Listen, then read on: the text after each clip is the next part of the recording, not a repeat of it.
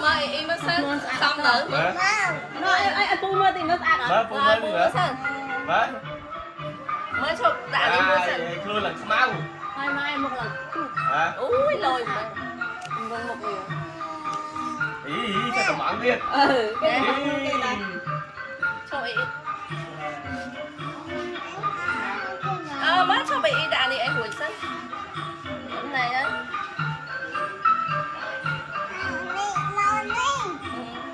đã con đi sao con đi nghe anh tính sao là này đã hả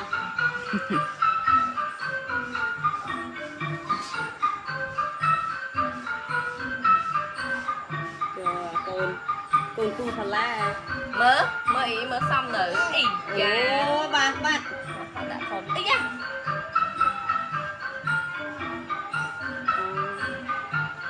trời ơi tôn tu thật là mẹ bán đây tới xa đây anh đang ăn ô cái thằng sao từ lọc nhận đi kịp thật ô mẹ này ok tao mơ ăn mẹ mơ mơ xa đó đây mẹ mơ ăn